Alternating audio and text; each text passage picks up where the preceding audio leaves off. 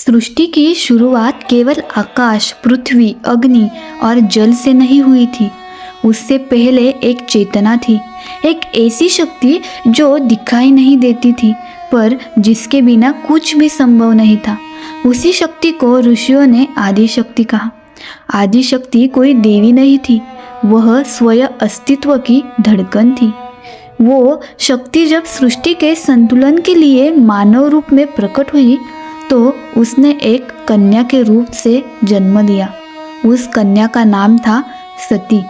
सती का जन्म प्रजापति दक्ष के घर हुआ।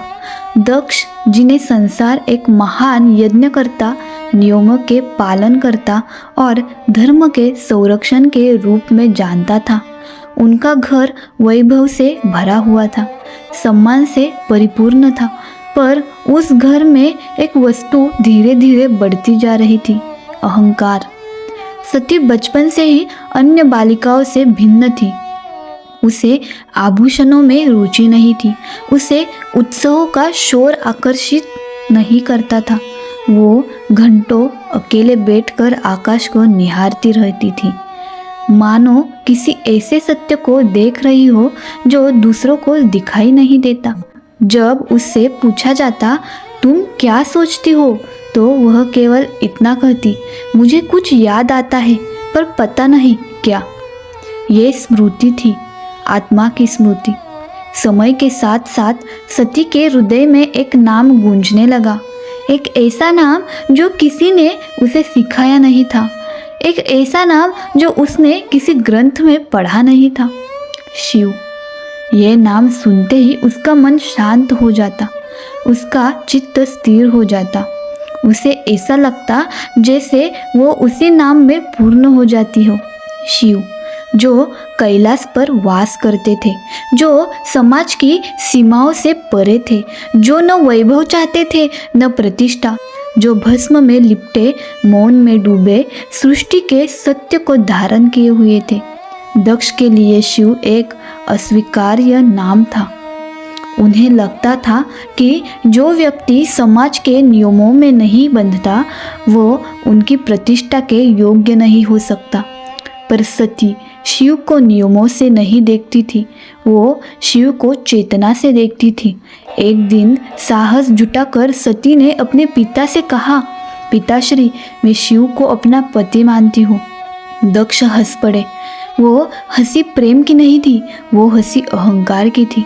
उन्होंने कठोर स्वर में कहा, वो अवघड़, वो सन्यासी, वो शमशानवासी, वो तुम्हारे योग्य नहीं है। सती ने कोई प्रतिवाद नहीं किया, क्योंकि जिसे अपने प्रेम पर विश्वास होता है उसे शब्दों की आवश्यकता नहीं होती। उस दिन सती ने समझ लिया, ये मार्ग सरल नहीं होगा, पर यह मार्ग सत्य का होगा। यही प्रेम की पहली परिभाषा जन्म लेती है।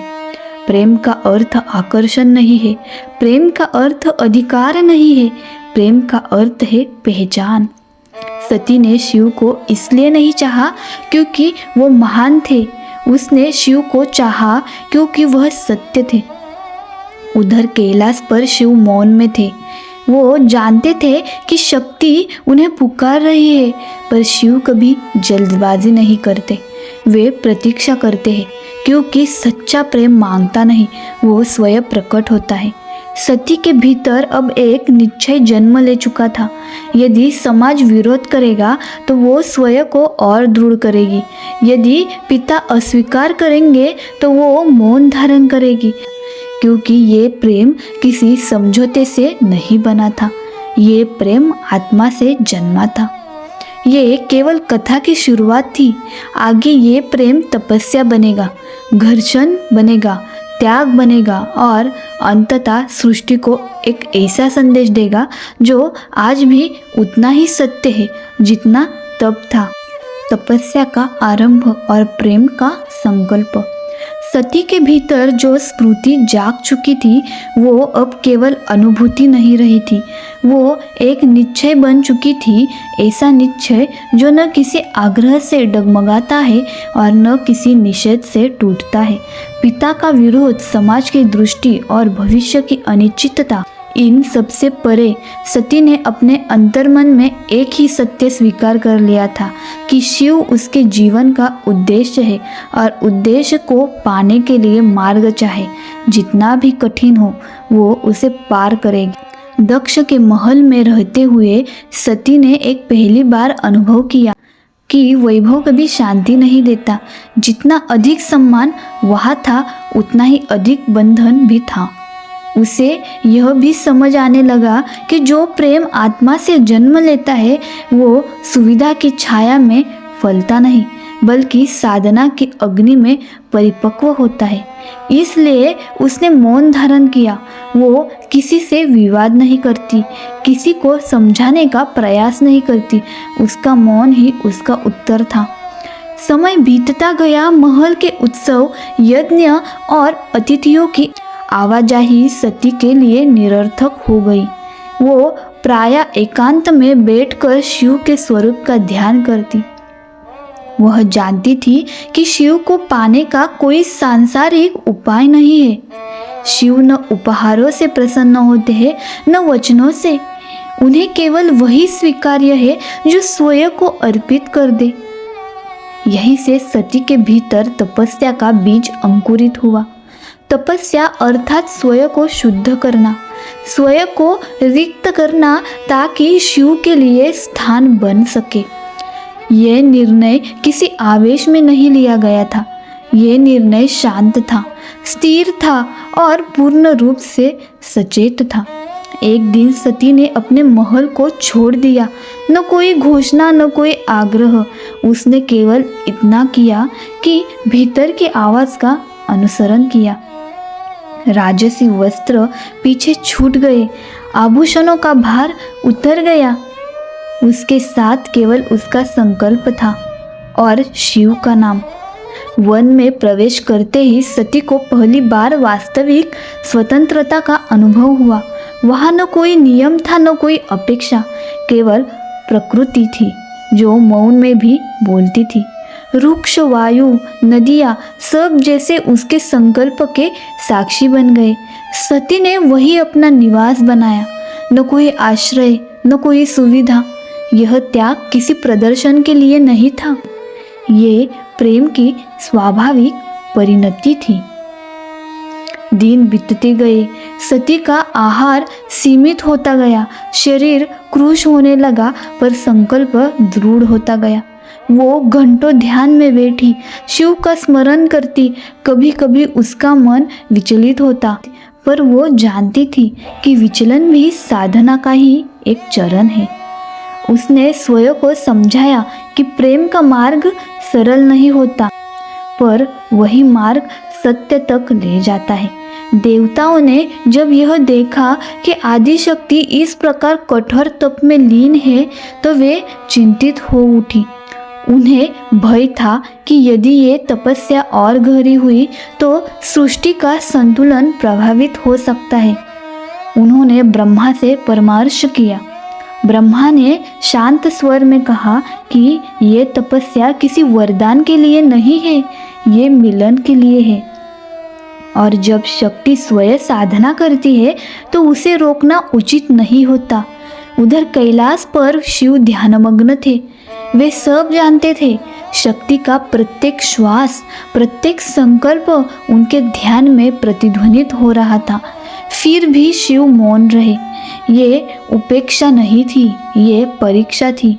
शिव जानते थे कि जो प्रेम अनंत होना चाहता है उसे धैर्य की कसौटी पर खरा उतरना ही होगा। सती की तपस्या अब कठोर हो चुकी थी।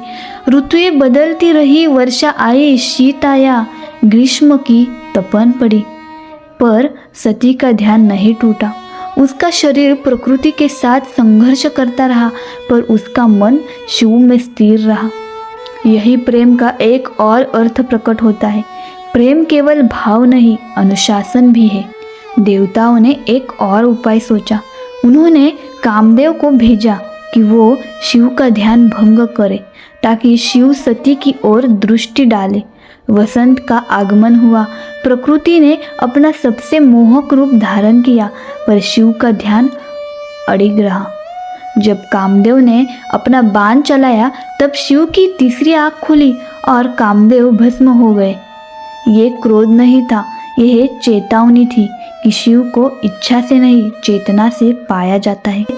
इस घटना ने सती के संकल्प को और भी दृढ़ कर दिया। उसने समझ लिया कि शिव को पाने का मार्ग और भी सूक्ष्म है। उसने अपने भीतर की प्रत्येक इच्छा, प्रत्येक अपेक्षा को शांत किया। अब उसकी तपस्या किसी लक्ष्य की ओर नहीं बल्कि स्वयं को शिव के योग्य बनाने की ओर थी। यहाँ प्रेम की एक और परिभाषा जन्म लेती है। प्रेम धैर्य है, वह प्रतीक्षा करता है, वह थकता नहीं, वो सहता है पर कमजोर नहीं पड़ता। कैलाश पर शिव के भीतर भी परिवर्तन होने लगा था। वे जानते थे कि शक्ति स्वयं को पूर्ण कर रही है, पर वे तब तक प्रकट नहीं होना चाहते थे जब तक यह तपस्या अपने चरण पर न पहुंच जाए, क्योंकि शिव और शक्ति का मिलन तभी संभव है जब दोनों पूर्ण हो। सती की तपस्या अब केवल एक व्यक्तिगत साधना नहीं रह गई थी, वो सृष्टि के सूक्ष्म स्तर पर प्रभाव डालने लगी थी। जहाँ जहाँ चेतना थी वहाँ वहाँ उसकी साधना की तरंगे पहुँचने लगी थी।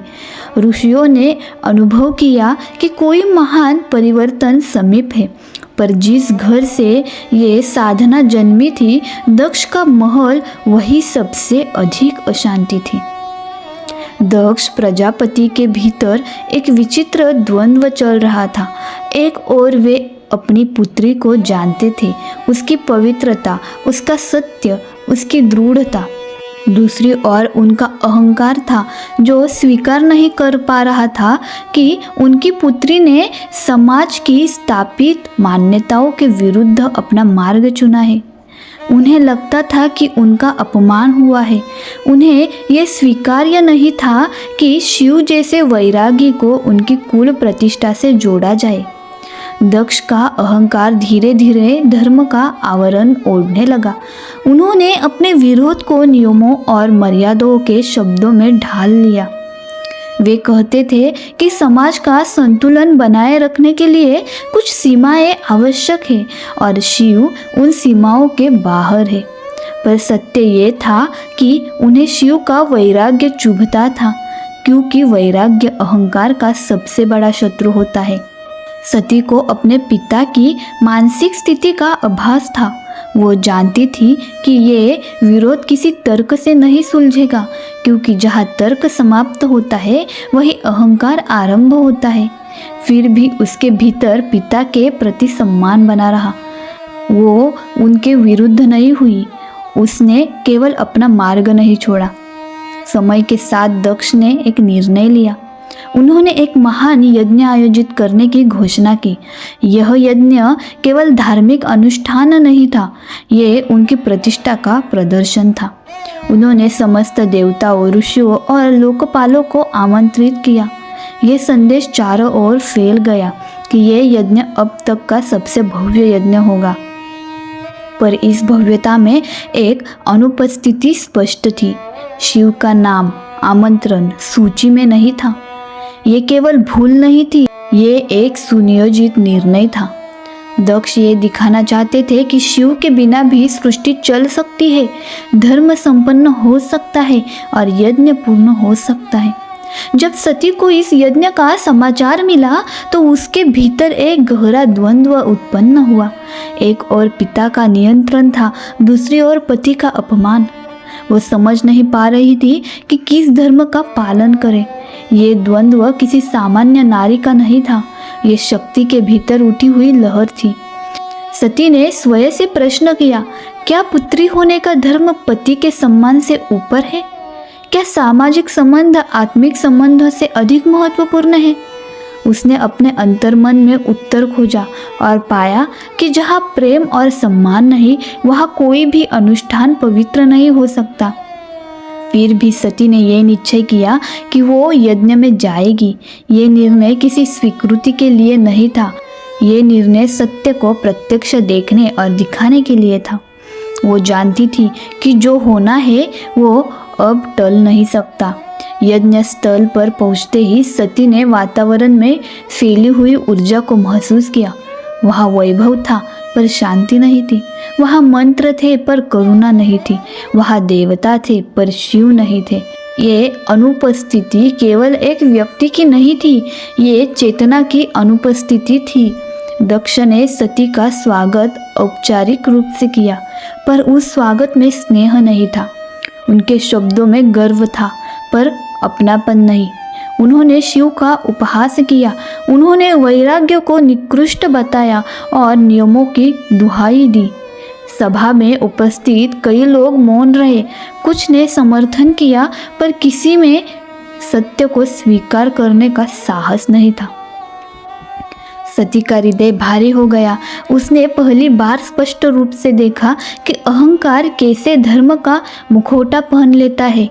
उसने अपने पिता से कहा कि शिव का अपमान स्वयं सत्य का अपमान है, पर दक्ष ने इसे अस्वीकार कर लिया।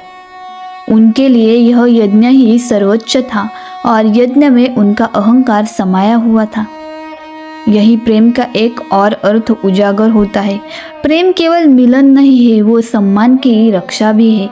जहाँ सम्मान नहीं वहाँ प्रेम जीवित नहीं रह सकता। सती ने उस क्षण समझ लिया कि ये यज्ञ केवल बाहरी अग्नि से नहीं जल रहा है, इसमें अहंकार की अग्नि भी प्रज्वलित है और इस अग्नि को शांत करने के लिए किसी साधारण उपाय से काम नहीं चलेगा। उसके भीतर एक अंतिम निश्चय आकार लेने लगा। ये निश्चय न आवेश से भरा था न क्रोध से, ये पूर्णतः शांत था।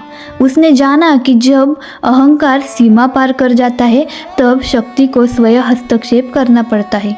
सती ने उस सभा में खड़े होकर ये स्वीकार किया कि जहाँ उसके पति का अपमान होता है वहाँ उसका अस्तित्व नहीं रह सकता।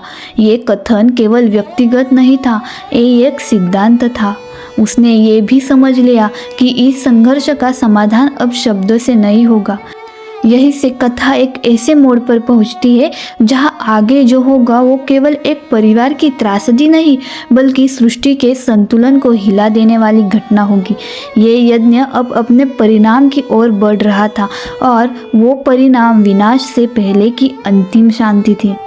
यज्ञ के अग्नि प्रज्वलित थी, मंत्रों का उच्चारण हो रहा था।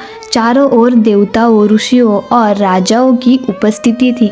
बाहर से देखने पर यह एक महान धार्मिक आयोजन प्रतीत होता था, पर भीतर से वो स्थल अशांत था।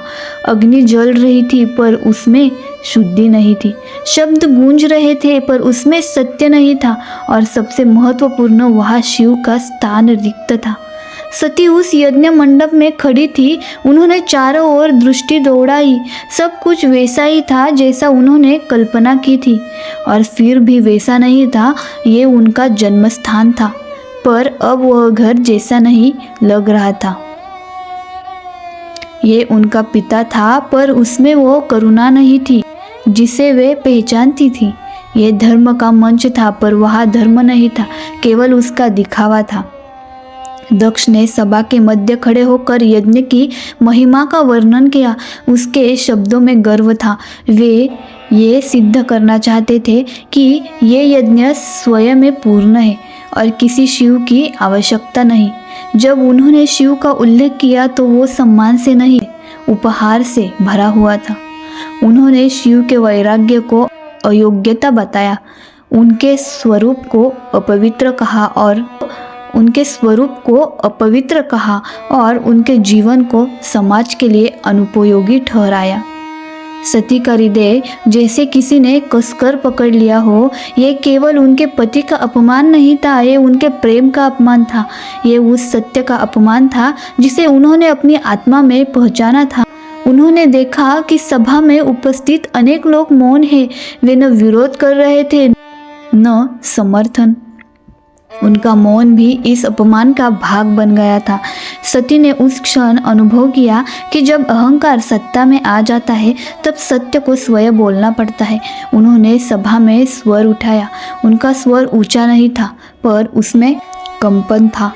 उन्होंने कहा कि शिव केवल उनके पति नहीं है, वे चेतना है। उनका अपमान किसी एक व्यक्ति का अपमान नहीं, बल्कि सृष्टि के मूल सिद्धांत का अपमान है। दक्ष ने सती की बातों को अस्वीकार कर दिया।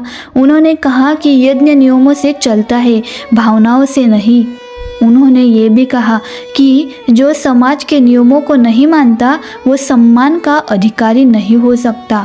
ये सुनकर सती समझ गई कि ये संवाद अब व्यर्थ है, क्योंकि जहाँ अहंकार अपने आप को धर्म कहते हैं वहाँ सत्य का प्रवेश बंद हो जाता है। उस क्षण सती के भीतर एक गहरा मौन उतर आया।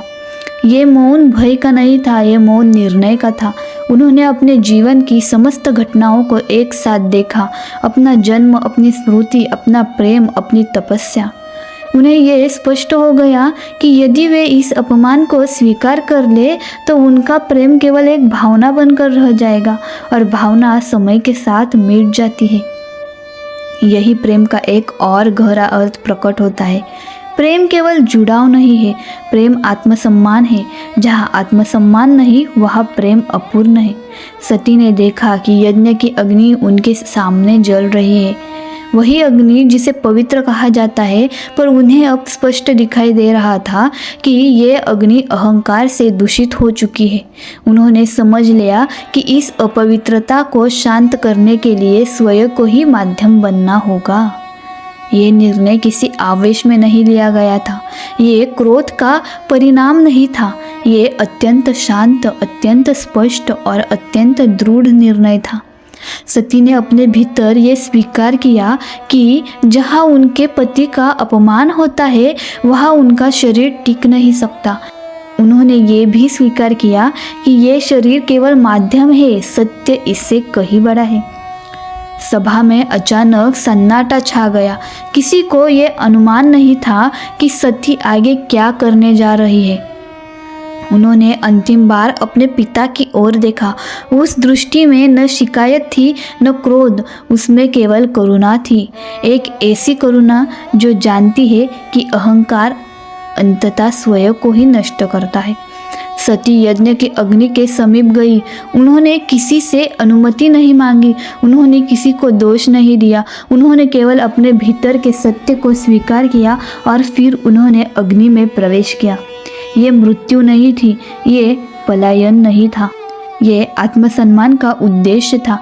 जैसे ही सती अग्नि में विलीन हुई, पूरी सभा स्तब्ध रह गई। मंत्र रुक गए, अग्नि की लपटें तेज हो गई। प्रकृति जैसे इस घटना की साक्षी बन गई। ये क्षण केवल एक स्त्री के शरीर के अंत का नहीं था, ये अहंकार के विरुद्ध शक्ति की घोषणा थी। सती का शरीर भस्म हो गया, पर उनका प्रेम नष्ट नहीं हुआ, उनका त्याग शून्य में नहीं गया, वो सृष्टि की चेतना में अंकित हो गया। उस क्षण से ये स्पष्ट हो गया कि आगे जो होगा वो साधारण नहीं होगा, क्योंकि जहाँ शक्ति का अपमान होता है वहाँ शिव का रौद्र रूप प्रकट होता है। जिस क्षण सती यज्ञ की अग्नि में विलीन हुई, उसी क्षण सृष्टि का संतुलन डगमगा उठा। ये केवल एक देह का अंत नहीं था, ये चेतना में आई हुई एक गहरी चोट थी। यज्ञ मंडप में उपस्थित लोग स्तब्ध थे। किसी को ये समझ नहीं आ रहा था कि अभी अभी जो घटा है वो किस तरह की घटना है। अग्नि अब भी जल रही थी, पर उसमें मंत्रों का प्रभाव समाप्त हो चुका था। वो अग्नि अब पवित्र नहीं रही थी, वो साक्षी बन चुकी थी। कैलाश पर शिव ध्यानस्थ थे, पर ध्यान का ये मौन अब टूटा। जिस क्षण शक्ति ने देह का त्याग किया, उसी क्षण शिव के भीतर वो शून्य गूंज उठा, जिसे शब्दों में बांधना संभव नहीं। ये शोक नहीं था क्योंकि शोक सीमित होता है, ये दुख नहीं था क्योंकि दुख बह जाता है। ये कुछ और था, एक ऐसा आघात जिसने स्वयं रुद्र को जगा दिया। शिव की आंखें खुली, ध्यान समाप्त हुआ और उसी क्षण सृष्टि ने अनुभव किया कि अब जो प्रकट होने वाला है वो वैरागी नहीं होगा। ये शिव का वो रूप था जो तब प्रकट होता है जब सत्य को गहन अपमान पहुंचाया जाता है। शिव ने अपने गणों को पुकारा। उनके स्वर में क्रोध नहीं था, पर उसमें वो दृढ़ता थी जो केवल न्याय से जन्म लेती है। उनके जटाओं से ऊर्जा प्रवाहित होने लगी। उनके नेत्रों में ज्वाला नहीं थी, पर उनमें वो स्थिरता थी जो विनाश से पहले आती है। शिव यज्ञ स्थल की ओर चले। जब शिव यज्ञ मंडप में पहुंचे तब वहां भय व्याप्त हो गया। जो देवता कुछ समय पहले तक मौन थे अब कांप रहे थे। जो ऋषि धर्म की दुहाई दे रहे थे वे अब दृष्टि झुकाए खड़े थे, क्योंकि वे समझ चुके थे कि ये कोई साधारण घटना नहीं है, ये स्वयं धर्म का प्रश्न बन चुका है। शिव की दृष्टि सीधे उस स्थान पर पड़ी जहाँ सती ने देह त्यागी थी। वहाँ अब केवल भस्म थी। उस भस्म को शिव ने अपनी हथेली में लिया। उस क्षण शिव का मौन सृष्टि के लिए सबसे भारी था। उन्होंने कोई शाप नहीं दिया, कोई आरोप नहीं लगाया, उन्होंने केवल उस भस्म को अपने हृदय से लगाया। यही प्रेम का एक और अर्थ प्रकट होता है। प्रेम केवल साथ होने में नहीं बल्कि वियोग को धारण करने में भी होता है। दक्ष उस सभा में खड़े थे। उनका अहंकार अब भी पूरी तरह टूटा नहीं था। उन्होंने शिव की ओर देखकर कहा कि ये यज्ञ धर्म के अनुसार हो रहा था। ये वाक्य उनके लिए अंतिम सिद्ध हुआ, क्योंकि जहाँ धर्म के नाम पर अन्याय किया जाए वहाँ धर्म स्वयं प्रतिकार करता है। शिव ने अपने जटाजूट से एक अंश भूमि पर पटका। उसी से वीरभद्र प्रकट हुए। ये केवल क्रोध का रूप नहीं था, ये उस शक्ति का रूप था जिसे अन्याय के विनाश के लिए ही जन्म लेना होता है। वीरभद्र ने यज्ञ को ध्वस्त कर दिया। वेदियां गिरने लगी, अग्नि बुझ गई। यज्ञ जो अहंकार का मंच बन चुका था अब धूल में मिल गया। ये विनाश अराजक नहीं था, ये संतुलन की पुनर्स्थापना थी। देवताओं को दंड नहीं दिया गया क्योंकि वे केवल मौन के दोषी थे, पर मौन भी कभी कभी अपराध बन जाता है। ये सृष्टि ने उस दिन समझा। शिव ने दक्ष की ओर देखा।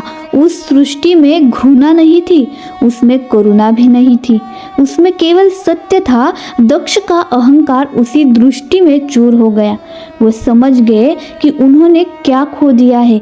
उन्होंने केवल अपनी पुत्री नहीं खोई थी, उन्होंने धर्म का मर्म खो दिया था। शिव ने सती के भस्म को अपने कंधे पर उठाया और फिर जो हुआ वो युगों तक स्मरण किया गया। शिव तांडव करने लगे। ये नृत्य आनंद का नहीं था, ये दुख का विस्फोट था। ये वो तांडव था जिसमें सृष्टि का प्रत्येक कण कांप उठा। पर्वत हिलने लगे, आकाश में कंपन फैल गया। ये नृत्य किसी को भयभीत करने के लिए नहीं था, ये उस पीड़ा की अभिव्यक्तता थी जिसे शब्द सहन नहीं कर सकते। देवताओं को भय हुआ कि यदि ये तांडव चलता रहा तो सृष्टि नष्ट हो जाएगी। वे विष्णु के पास गए। विष्णु ने समझा कि ये पीड़ा का वह स्तर है जहाँ केवल करुणा ही समाधान दे सकती है। उन्होंने सती के शरीर को सूक्ष्म रूप से विभक्त किया ताकि शिव का तांडव थमे और सृष्टि बच चुके। सती के अंग पृथ्वी पर जहाँ जहाँ गिरे वहाँ शक्ति स्थिर हो गई। वे स्थान शक्तिपीठ कहलाए। ये विनाश के बाद जन्मी हुई सृजन की प्रक्रिया थी। जहाँ देह गिरी वहाँ चेतना जागी। शिव का तांडव धीरे धीरे शांत हुआ, पर शिव का शून्य अभी भी बना रहा। उन्होंने सती को खोया नहीं था, उन्होंने केवल उसका रूप खोया था। यह सत्य अब सृष्टि के भीतर अंकित हो चुका था। शिव के चरण थमे, तांडव समाप्त हुआ, पर सृष्टि का कंपन अभी शेष था। आकाश शांत था पर उस शांति में भय था। पृथ्वी स्थिर थी पर उसकी कोख कांप रही थी। देवता स्तब्ध थे क्योंकि उन्होंने अभी अभी केवल एक नृत्य नहीं देखा था, उन्होंने प्रेम की मृत्यु पर उठे क्रोध को देखा था। शिव के कंधे पर सती का निर्जीव शरीर था, वही सती जो कभी उनके मौन की भाषा थी, वही सती जो उनके वैराग्य में भी प्रेम बनकर आई थी। अब वो मौन थी। शिव आगे बढ़ते रहे, न कोई दिशा न कोई लक्ष्य। जहाँ कदम पड़े वहाँ पृथ्वी फट गई, जहाँ दृष्टि गई वहाँ समय रुक गया। देवताओं को अब भय हुआ। ये भय विनाश का नहीं था, ये भय असंतुलन का था। ब्रह्मा समझ गए थे यदि शिव ऐसे ही चलते रहे तो ये सृष्टि शिव के प्रेम का भार सह नहीं पाएगी। विष्णु ने मौन तोड़ा। उनका स्वर करुण था पर निर्णय स्पष्ट। ये तांडव रोका नहीं जा सकता, पर शिव को उस पीड़ा से मुक्त करना होगा जो उन्हें इस नृत्य तक ले आई थी।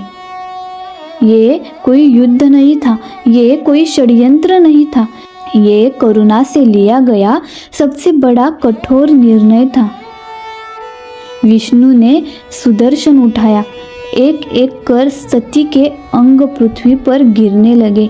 जहाँ जहाँ वे गिरे वहाँ शक्ति स्थिर हो गई। वही बने शक्तिपीठ जहाँ प्रेम ने स्वयं को स्थायी कर लिया। शिव को ये ज्ञात नहीं था या शायद ज्ञात था, पर वे जानना नहीं चाहते थे। जब अंतिम अंग भी पृथ्वी से अलग हुआ तब शिव के कंधे पर शून्य था। उन्होंने पीछे मुड़कर देखा, कुछ नहीं, न सती, न देह, न स्पर्श। उस क्षण शिव गिर पड़े। ये गिरना किसी देवता का नहीं था, ये गिरना एक प्रेमी का था। शिव रोए नहीं, उनकी आंखों से अश्रु नहीं गिरे, पर जिस मौन में वे बैठे उस मौन ने तीनों लोगों को डुबो दिया। वो बोले नहीं, पर उनकी चुप्पी में एक प्रश्न था। यदि प्रेम भी नश्वर है तो अमर होना व्यर्थ क्यों नहीं? यहीं से शिव बदल गए। वैराग्य अब उनका वस्त्र नहीं था, वैराग्य अब उनकी श्वास था। वे कैलाश लौटे, पर कैलाश अब शून्य था। जहाँ कभी सती बैठती थी वहाँ अब हिम जमी थी। जहाँ कभी हंसी गूंजती थी वहाँ अब केवल ध्यान था। शिव ध्यानस्थ हुए। ये साधना मोक्ष के लिए नहीं थी, ये साधना भूलने के लिए थी। पर प्रेम भूला नहीं जाता, प्रेम केवल रूप बदलता है। सती की देह तो नष्ट हुई थी, पर प्रेम नष्ट नहीं हुआ था। वो प्रेम अब प्रतीक्षा बन गया था। सृष्टि आगे बढ़ी, युग बदले, काल घूमता रहा, पर कैलाश पर एक योगी था जो सती को स्मृति में हर श्वास के साथ स्वयं को शून्य करता था। इधर पृथ्वी पर दक्ष की संतान सती नहीं रही, पर शक्ति का बीज नष्ट नहीं हुआ। वो बीज हिमालय में अंकुरित होने वाला था। ये कथा अब समाप्त नहीं हुई थी, ये कथा अब पुनर्जन्म की ओर बढ़ रही थी। जहाँ प्रेम अग्नि में कूदा था वहीं से प्रेम नवजीवन लेकर लौटने वाला था। और शिव अभी नहीं जानते थे कि उनका ध्यान उन्हीं के भविष्य की ओर ले जा रहा था। समय आगे बढ़ा, युग बदले, पर शिव स्थिर रहे। कैलाश पर ध्यानस्थ शिव, जिनके लिए संसार अब केवल श्वास का भार था, उनके लिए न देवता थे, न दानव, न सृष्टि का विस्तार, न विनाश का भय। वे उस बिंदु पर थे जहाँ स्मृति भी बोझ बन जाती है, पर प्रेम वहाँ भी जीवित था। उसी प्रेम ने पृथ्वी पर फिर से जन्म लिया। हिमालय की गोद में राजा हिमवान और रानी मैना के घर एक कन्या ने जन्म लिया। उसके जन्म के साथ पर्वतों ने गूंजना सीखा, नदियों ने दिशा पाई और वायु ने कोमलता पहचानी। उसका नाम रखा गया पार्वती। ये केवल एक राजकुमारी का जन्म नहीं था, ये शक्ति का पुनरागमन था। ये सती की चेतना का नया रूप था। बाल्यावस्था से ही पार्वती भिन्न थी। जहाँ अन्य बालिकाएं खेल में मग्न रही, वहाँ वो पार्वती पर्वतों की ओर निहारती रही। उन्हें ज्ञात नहीं था क्यों, पर उनके भीतर एक आकर्षण था, एक मौन पुकार। कभी कभी वे पूछती, माँ कैलाश पर कौन रहता है? और मैना चुप हो जाती, क्योंकि शिव का नाम अब भी भय और सम्मान दोनों जगाता था। समय के साथ पार्वती बड़ी हुई, राजकुमारी बनी, पर उनका मन राजसी नहीं हुआ। उनका हृदय किसी अज्ञात योगी की प्रतीक्षा करता रहा। नारद का आगमन हुआ। नारद ने पार्वती को देखा और मुस्कुराए। उन्होंने वो पहचान लिया जो स्वयं पार्वती नहीं जानती थी। नारद ने कहा, तुम्हारा प्रेम सरल नहीं होगा पुत्री, जिसे तुम चाहोगी वो संसार से विमुख है। पार्वती ने पहली बार स्पष्ट शब्दों में पूछा, वो कौन है? नारद बोले, महादेव। उस क्षण पार्वती के भीतर कुछ जाग गया। ये आकर्षण नहीं था, ये स्मृति थी जो चेतना में दबी हुई थी। पर यह मार्ग सरल नहीं था। शिव अभी भी ध्यानस्थ थे। उनका हृदय अभी भी सती की राख में दबी पीड़ा से घिरा था। देवताओं को चिंता हुई। तारकासुर का अत्याचार बढ़ रहा था। उसका वरदान था मृत्यु केवल शिव पुत्र के हाथों होगी। पर शिव तो विरक्त थे। समाधान एक ही था, शिव को फिर से प्रेम में लौटाना। और वो कार्य केवल पार्वती कर सकती थी। पार्वती ने राजमहल छोड़ा, आभूषण त्यागे, सुख त्यागा। वे हिमालय में तप करने बैठी। ये तप शिव को पाने का नहीं था, ये तप स्वयं को सिद्ध करने का था। उन्होंने अन्न त्यागा, जल त्यागा, श्वास को साधना बनाया। शीत ने उन्हें झकझोरा, वर्षा ने भिगोया, अग्नि ने परीक्षा ली, पर पार्वती अड़िग रही। इधर कैलाश पर शिव के ध्यान में हलचल होने लगी। ये कोई वासना नहीं थी, ये कोई आकर्षण नहीं था। ये वही ऊर्जा थी जो कभी सती के रूप में उनके जीवन में आई थी। कामदेव ने हस्तक्षेप किया। उन्होंने प्रेम का बाण चलाया। शिव की तीसरी आंख खुली, काम भस्म हुआ। पर पार्वती विचलित नहीं हुई। उन्होंने तप नहीं छोड़ा। शिव ने देखा, पहली बार किसी ने उनके क्रोध से नहीं, उनके मौन से प्रेम किया था। ये प्रेम आग्रह नहीं था, ये प्रेम समर्पण था। शिव प्रकट हुए। उन्होंने पूछा, तुम क्यों तप कर रही हो? पार्वती ने उत्तर दिया, मैं आपको पाने के लिए नहीं, आपके योग्य बनने के लिए तप कर रही हूँ। ये उत्तर शिव के लिए नया था, क्योंकि सती ने प्रेम किया था, पर पार्वती ने स्वयं को गढ़ा था। शिव मुस्कुराए। ये मुस्कान युगों बाद कैलाश पर लौटी थी। प्रेम लौट आया था, पर इस बार वो और भी गहरा था। कैलाश पर वो दिन साधारण नहीं था। हिमालय की शिलाएं मौन थी, पर उस मौन में उत्सव की तैयारी थी। वायु स्थिर थी, पर उसमें प्रतीक्षा की धड़कन थी। शिव ध्यान से उठ चुके थे। ये उठना किसी कार्य के लिए नहीं था, ये उठना जीवन को स्वीकार करने के लिए था। पार्वती सामने खड़ी थी, न राजकुमारी की भव्यता में, न तपस्विनी की कठोरता में, बल्कि उस सरल रूप में जहाँ शक्ति स्वयं को कोमल बनाती है। शिव ने उन्हें देखा। ये दृष्टि नहीं थी, ये वही दृष्टि थी जो कभी सती पर ठहरी थी, पर अब उसमें पीड़ा नहीं थी, अब उसमें समझ थी। शिव बोले, तुम जानती हो मेरा जीवन सरल नहीं है। पार्वती ने उत्तर दिया, मैं सरल जीवन की कामना नहीं करती, मैं सत्य जीवन चाहती हूँ। यही प्रेम ने अपना अंतिम रूप पाया। देवताओं में हलचल हुई। ब्रह्मा मुस्कुराए। विष्णु ने संतोष की श्वास ली, क्योंकि सृष्टि का संतुलन अब लौट रहा था। शिव और पार्वती का विवाह कोई राजसी आयोजन नहीं था, ये चेतना और ऊर्जा का मिलन था। जहाँ शिव थे वहाँ वैराग्य था, जहाँ पार्वती थी वहाँ सृजन था, और जब दोनों मिले तो जीवन पूर्ण हुआ। कैलाश पर देवता आए, ऋषि आए, गंधर्वों ने गान किया, पर सबसे अधिक प्रसन्न वो सृष्टि थी जो बहुत समय से असंतुलित थी। शिव अब केवल संहारक नहीं थे, वे गृहस्थ भी थे, और पार्वती केवल शक्ति नहीं थी, वे सहचरी थी। ये विवाह ये सिखाने आया था कि प्रेम त्याग से भागना नहीं है, और त्याग प्रेम का विरोधी नहीं है। प्रेम वो सेतु है जो वैराग्य और संसार को जोड़ता है। तारकासुर का अंत हुआ, शिवपुत्र का जन्म हुआ, पर यह केवल एक कथा का परिणाम नहीं था, ये प्रेम की स्वीकृति का फल था। अब शिव न टूटे थे न भागे थे। उन्होंने सती की मृत्यु से सीखा था कि प्रेम को नाकारना विनाश लाता है, और पार्वती के तप से जाना था कि प्रेम को समझना सृजन देता है। यही प्रेम का अर्थ है। प्रेम अधिकार नहीं है, प्रेम आग्रह नहीं है। प्रेम वो शक्ति है जो स्वयं को बदलने का साहस देती है। सती ने प्रेम में अपने प्राण दिए, पार्वती ने प्रेम में स्वयं को गढ़ा, और शिव ने प्रेम में स्वयं को स्वीकार किया।